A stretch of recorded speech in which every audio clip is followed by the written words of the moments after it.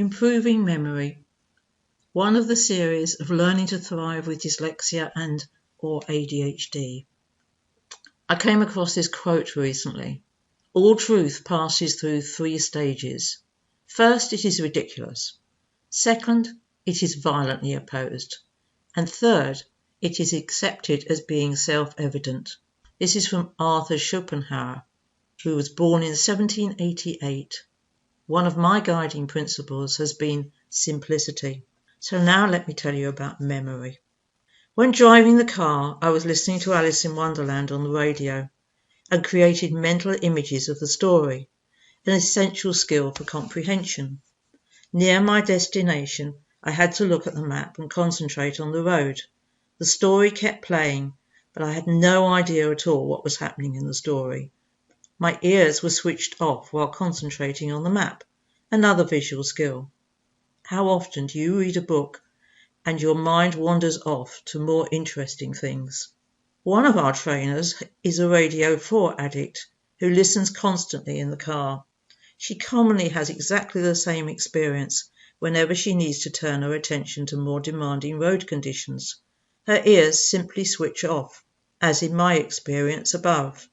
Conversely, when she is able to listen more easily whilst driving and hears something of particular interest, if she subsequently, perhaps a few days later, relates what she has heard to a third party, she usually gets a visual flash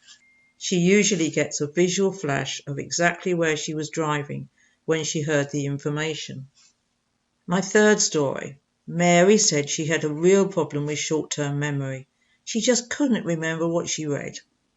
I started to read her a story like The Wizard of Oz and read about 30 seconds and asked her what the story was about. She answered, shoes. Shoes was the last word I had said, and although she was very familiar with the story, she was unable to recall any of it. Mary was in her feelings of this is going to be impossible and therefore blanking out any visualizing. So I suggested she made up a picture of every sentence and then run it like a movie. I read one sentence. She then told me about her pictures. I read the next. She summarized both, and so on, until she could repeat the whole story. Mary had a fabulous visual memory and was studying art, photography, and media studies, but no one had taught her how to convert the spoken word into pictures. The simple key to remembering what you have read. Realizing that was what she needed, she started with talking stories, and then as her reading improved, she could read and make up pictures at the same time. On reflection, many young people are labelled as having no short-term memory. With a little skills training, they may be able to change this dramatically.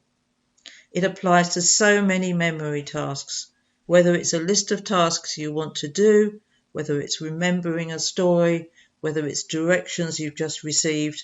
There is so many memory tasks that can use this simple skill. Thank you for listening. This is Olive Hickmott. I'm a forensic health and learning coach, and this story was first published in Bridges to Success. Do contact me, olive@empoweringlearning.co.uk, if you would like to know more. Thank you for listening.